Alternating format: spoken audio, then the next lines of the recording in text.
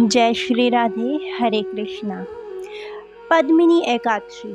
पद्मिनी एकादशी को कमला एकादशी व पुरुषोत्तमी एकादशी के नाम से भी जाना जाता है, क्योंकि ये पुरुषोत्तम माह में आती है, 3 साल में एक बार आती है।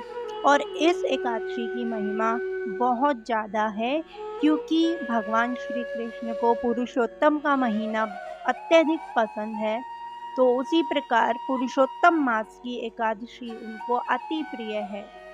इस एकादशी व्रत को करने से मनुष्य को कई गुना लाभ होता है। उसके शारीरिक ताप नष्ट हो जाते हैं, घर में सुख शांति आती है, जन्म जन्म की दरिद्रता का नाश हो जाता है और पुत्र की प्राप्ति भी होती है। वैसे तो ये व्रत जो है विवाहित लोग जोड़े में रखते हैं और जोड़े में रखना ही चाहिए, चाहे वो पुत्र की कामना करें या ना करें, क्योंकि जोड़े में रखने से इस व्रत से उनको बहुत ज़्यादा लाभ मिलता है। तो आइए इस एकादशी की कथा सुनते हैं। एक बार युधिष्ठिर महाराज भगवान श्री कृष्ण से बोले, हे भगवान, अब आप मुझे अधिक मास के शुक्ल पक्ष की एकादशी के बारे में बतलाइए। उस एकादशी का क्या नाम है तथा उसके व्रत की विधि क्या है, सो समझाकर कहिए। श्री कृष्ण जी बोले, हे राजन, अधिक मास की एकादशी जो कि अनेक पुण्यों को देने वाली है, उसका नाम पद्मिनी एकादशी है तथा इस एकादशी व्रत से मनुष्य विष्णु लोक को जाता है। हे राजन, उसकी विधि मैंने सबसे पहले नारद जी से कही थी। ये अनेक पापों को दूर करने वाली तथा मुक्ति तथा भक्ति प्रदान करने वाली है। अब मैं तुमसे उस विधि को फिर से कहता हूँ, ध्यान पूर्वक श्रवण करो। दशमी के दिन से ये व्रत शुरू हो जाता है। दशमी के रात्रि से ये व्रत करना चाहिए और कांसे के पात्र में भोजन करना चाहिए। इस एकादशी को अन्न नहीं खाना चाहिए। रात्रि को भूमि पर शयन करना चाहिए व ब्रह्मचर्य का पालन करना चाहिए। एकादशी के दिन प्रातः उठ नित्य कर्म से निवृत्त होकर दातुन करना चाहिए और 12 बार कुल्ला करके पुण्य क्षेत्र में स्नान करने जाना चाहिए। उस समय गोबर, मिट्टी, तिल, कुशा तथा आंवले के चूर्ण से विधि सहित स्नान करना चाहिए। अब देखिए, ये तो पुराने समय में होता था। आप लोग क्या कर सकते हैं कि आप आंवले के रस से स्नान कर सकते हैं घर में। स्नान के बाद सफ़ेद रंग के या पीले रंग के वस्त्र, बिना फटे वस्त्र धारण करने चाहिए तथा मंदिर में भगवान की पूजा करनी चाहिए। इस दिन राधा जी सहित श्री कृष्ण की या फिर लक्ष्मी सहित नारायण के साथ भगवान शिव व पार्वती जी की पूजा भी करनी चाहिए। एक कलश स्थापित कीजिए, फिर धूप, दीप, नैवेद्य, फूल व चंदन आदि से पूजा कीजिए। फिर भगवान के सम्मुख नृत्य गान आदि करें। उस दिन पतित अर्थात बुरे आचरण वाली स्त्रियां तथा रजस्वला स्त्री का स्पर्श तक नहीं करना चाहिए और असत्य भाषण तथा गुरु और ब्राह्मण की निंदा नहीं करनी चाहिए। उस दिन भक्तजनों के साथ भगवान के सामने पुराणों की कथा सुननी चाहिए। अधिक मास के शुक्ल पक्ष की पद्मिनी एकादशी व्रत निर्जल कर सकते हैं, फलाहार कर सकते हैं। व्यक्ति अपनी सामर्थ्यता के अनुसार कर सकता है। यदि मनुष्य शक्ति रहित हो तो जलपान शुद्ध आहार से व्रत करना चाहिए।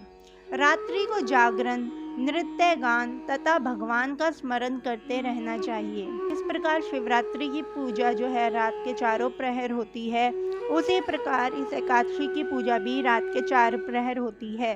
प्रति पहर मनुष्य को भगवान कृष्ण या महादेव जी की पूजा करनी चाहिए। भगवान को प्रथम प्रहर में नारियल, दूसरे प्रहर में बिल्व फूल, तीसरे प्रहर में सीताफल तथा चौथे प्रहर में सुपारी या नारंगी अर्पण करना चाहिए। अब ये आप भक्तों के ऊपर है, आप करना चाहें तो आप कर सकते हैं अपनी सामर्थ्य के अनुसार। लेकिन रात्रि को प्रति प्रहर आप भगवान का नाम संकीर्तन तो जरूर ही कीजिए। इससे प्रथम प्रहर में होम का, दूसरे प्रहर में वाजपेय यज्ञ का, तीसरे प्रहर में अश्वमेघ यज्ञ का तथा चौथे में राजसूय यज्ञ का फल मिलता है।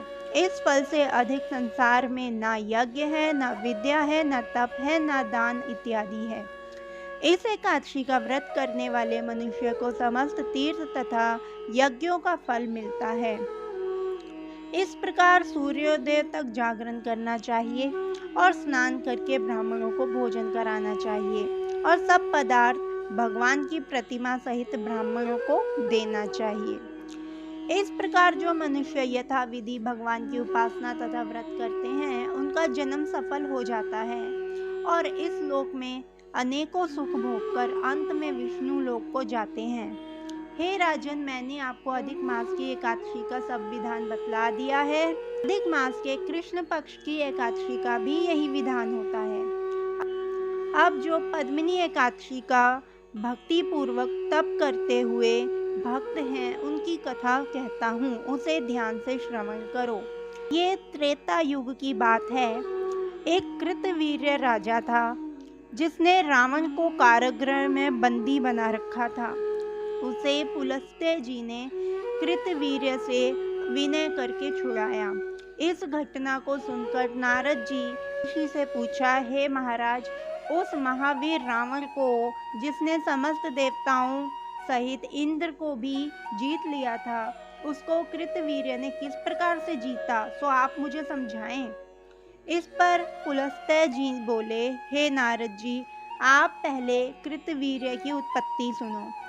त्रेता युग में महिष्मती नामक नगरी में उपकृतवीर्य नाम का राजा राज्य करता था। उसके 100 स्त्रियां थीं। उनमें से किसी के राज्य भार संभालने वाला योग्य पुत्र नहीं था। बस राजा ने आदर पूर्वक पंडितों को बुलवाया और पुत्र प्राप्ति के लिए यज्ञ किए, परंतु वे सभी असफल रहे। जिस प्रकार दुखी व्यक्ति को भोग नीरस मालूम पड़ते हैं, उसी प्रकार उसको भी राज्य पुत्र बिना सुख देने वाला प्रतीत नहीं होता था। अंत में वह तप के द्वारा ही सिद्धियों को प्राप्त जानकर तपस्या करने के लिए वन को चला।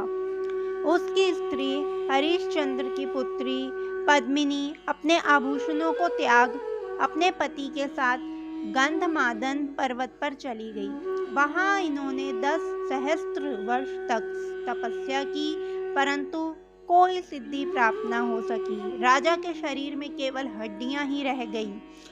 ये देख पद्मिनी ने विनय सहित महासती अनुसुईया से पूछा, मेरे पति देव को तपस्या करते हुए 10,000 वर्ष बीत गए, परंतु अभी तक भगवान प्रसन्न नहीं हुए हैं जिससे मुझे पुत्र प्राप्त हो सके। अब आप मुझे कोई ऐसा उपाय बतलाइए जिससे मुझे पुत्र की प्राप्ति हो। इस पर अनुसुईया माता बोली, अधिक मास जो 32 महीने के बाद आता है, उनमें 2 एकादशी होती है। इसमें शुक्ल पक्ष की एकादशी का नाम पद्मिनी और कृष्ण पक्ष की एकादशी का नाम परमा है। उसके जागरण और व्रत करने से भगवान तुम्हें अवश्य पुत्र देंगे। इसके पश्चात अनुसुईया ने व्रत की विधि बतलाई। रानी ने विधि सहित एकादशी का व्रत और रात्रि जागरण किया। इससे भगवान विष्णु उस पर अत्यंत प्रसन्न हुए और वरदान मांगने को कहा। रानी इस पर भगवान की स्तुति करने लगी। रानी ने कहा, आप वह वरदान मेरे पति को दीजिए। रानी का वचन सुनकर भगवान बोले, पुरुषोत्तम मास मुझे बहुत प्रिय है, जिसमें एकादशी मुझे बहुत प्रिय है। इस एकादशी का व्रत तथा जागरण तुमने विधि सहित किया, इसलिए मैं तुम पर अत्यंत प्रसन्न हूँ।